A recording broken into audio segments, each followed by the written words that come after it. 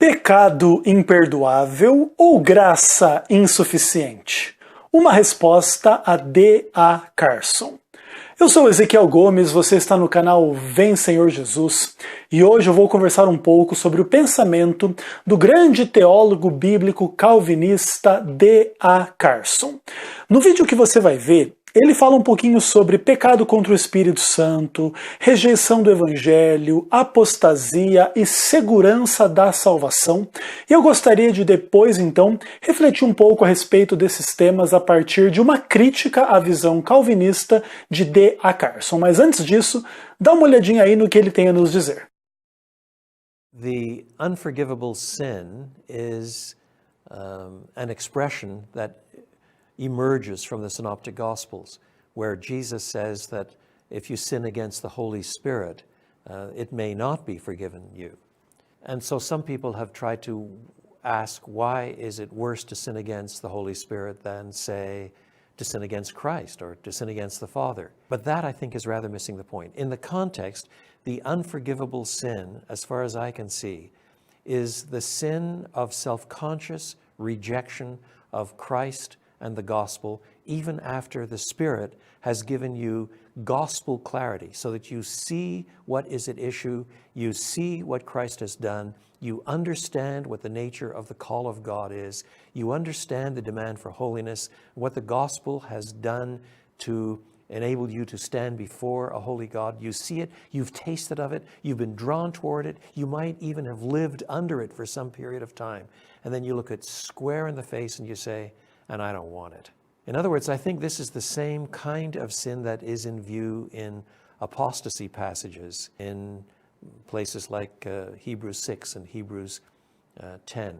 This sin is unforgivable. There's no way back. And what it bespeaks is enough of a tasting of the gospel that people accept that certain people really are Christians. It reminds you of a passage like 1 John chapter 2, verses 18 and 19. Certain people went out from us in order that it might be made clear that they were not of us. If they had been of us, they would have remained with us. But their going showed that they were not of us. In other words, these were people who had been accepted as Christians by the Christian community, baptized members in good standing. They had received enough of grace to live lives that were thought Christian. But their abandonment, their self-conscious, intelligent, willed rejection of the truth leave them outside the camp, and they are labeled antichrists, have committed a sin that is not forgivable. And this does not, in my view, jeopardize the genuine security of the genuine believer, as Hebrews puts it in chapter 3, verse 14, before you get to Hebrews chapter 6. We are made partakers of Christ if we hold our original conviction steadfast to the end. In other words, part of the givenness of genuine conversion is that it does stick. It's eternal life. How can you lose eternal life? If you have eternal life, you do persevere. But it is possible to come so close that you are taken phenomenologically as a Christian. You're treated as a Christian. You're a baptized member of the church. And yet self-consciously look the grace of God in the face, see it for what it really is, and turn away, and that is simply unforgivable. Ok, pessoal, então você viu aí D.A. Carson comentando um pouco sobre o famoso tema bíblico do pecado contra o Espírito Santo e em relação aí a várias questões da ótica calvinista sobre apostasia e segurança da salvação, tá bom? De uma forma geral, eu concordo com o D.A. Carson que a gente fazer polêmicas trinitarianas em torno do pecado contra o Espírito Santo ser mais grave do que o pecado contra o filho ou contra o pai, e como é que lida com isso e tal, é simplesmente um desvio de foco e não é o propósito do texto. Agora, eu discordo da definição do pecado contra o Espírito Santo fornecido pelo D.A. Carson. E assim, eu discordo não 100%, eu discordo em parte no sentido de que eu acho que ele não levou em consideração uma questão muito importante dentro da sua definição. Então, por exemplo, ele define que o pecado contra o Espírito Santo é uma rejeição consciente de quem conheceu o Evangelho através da obra do Espírito Santo, e etc. E isso está parcialmente correto. Eu acho que além desta informação, você deve acrescentar a ideia de que isso ocorra em tal grau, em tal sentido, em tal nível, que o arrependimento posterior se torne impossível. Porque existe com certeza pessoas que, em um primeiro momento ou em algum momento da sua vida, conhecendo o Evangelho, o rejeitam conscientemente. Então, eram da igreja, faziam parte da igreja, foram batizados e etc. e se afastaram e negaram a fé, e negaram a graça, e negaram a lei de Deus, negaram as verdades do Evangelho, a existência de Deus, etc, etc, etc. Mas, às vezes, pessoas que têm experiências parecidas com isso, lá na frente se arrependem e aí demonstram que não tinham pecado contra o Espírito Santo, porque se tivessem pecado contra o Espírito Santo, não poderiam ter se arrependido. Ok? Então esse é o único ponto que eu creio que a definição do D.A. Carson ela está incompleta e por isso está equivocada.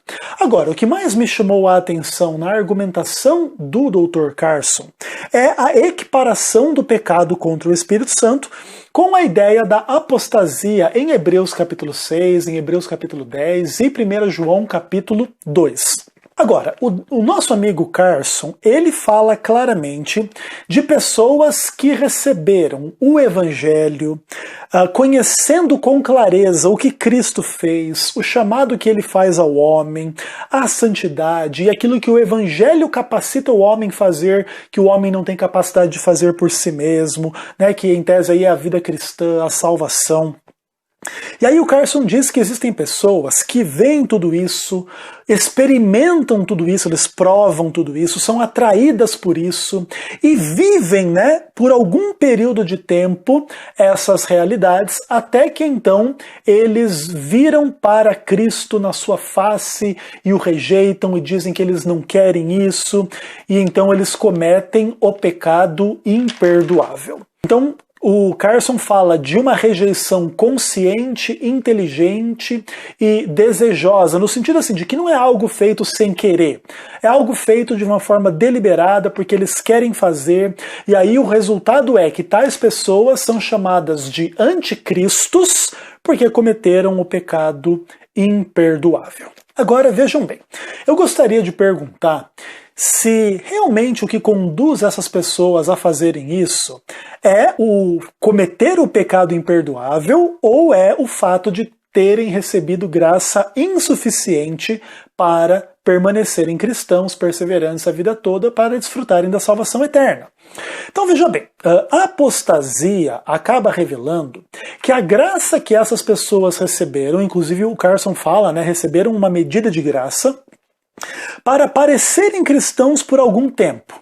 Mas essa medida de graça não é suficiente para eles serem genuínos cristãos a sua vida toda.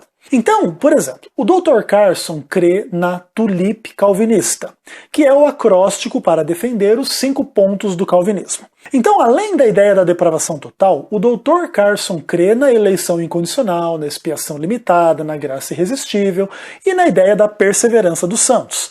Agora, aqueles apóstatas que receberam graça para parecerem cristãos por algum tempo, mas não a graça para serem realmente cristãos a sua vida toda e desfrutarem da vida eterna, nunca foram eleitos. Cristo nunca morreu por eles, a graça que se manifestou na vida deles nunca foi irresistível, genuína, verdadeira, profunda e para a salvação.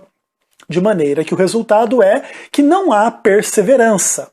E isso demonstra que ou a graça salvadora nunca foi dada a eles, ou foi dada em medida insuficiente, aí é a mesma coisa que nada também. De maneira que, desta forma, a perdição das pessoas que cometem o pecado contra o Espírito Santo, creio eu, deve ser entendida a partir da doutrina calvinista, ou seja, pessoas totalmente depravadas, sem livre-arbítrio, não podem fazer qualquer outra coisa a não ser rejeitar a Deus. E aí, deveria entrar em ação para evitar esta rejeição a eleição incondicional, a expiação limitada, a graça irresistível para que exista a perseverança dos santos. Então, as pessoas que não foram eleitas não podem perseverar. As pessoas por quem Cristo morreu não morreu, aliás, não podem perseverar. As pessoas que não receberam a graça irresistível não podem perseverar. Então toda a culpa da perdição dessas pessoas não é o pecado contra o Espírito Santo que elas fizeram deliberadamente, mesmo podendo não pecar, elas pecaram porque quiseram escolher o diabo e a perdição e etc. Não. A perdição existe porque elas não foram predestinadas, não receberam a eleição, a expiação, a perseverança e etc. E é por isso que elas rejeitam a Cristo, porque elas não podem fazer outra coisa a não ser rejeitar a Cristo, e elas vão se perder. E assim, olha, mas me chama muito a atenção o mau uso que o Carson faz de Hebreus 3, verso 14. O texto diz assim para nós: porque nos temos tornado participantes de Cristo, se de fato guardarmos firme até o fim a confiança que desde o princípio tivemos. O Carson faz uma leitura determinista desse texto. Ele diz o seguinte: quem recebeu a vida eterna vai perseverar até o fim, etc. e tal. Mas o texto não diz isso.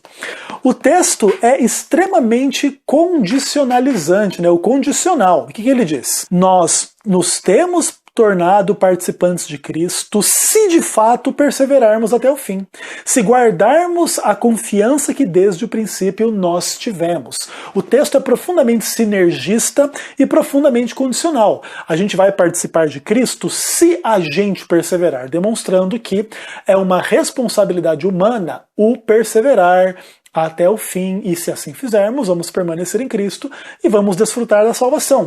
Não existe em Hebreus 3, verso 14, esta teologia ou esta soteriologia determinista, mecanicista, que quem recebeu a vida eterna vai perseverar com toda certeza e quem não recebeu não vai perseverar, até porque isso também gera o problema, né?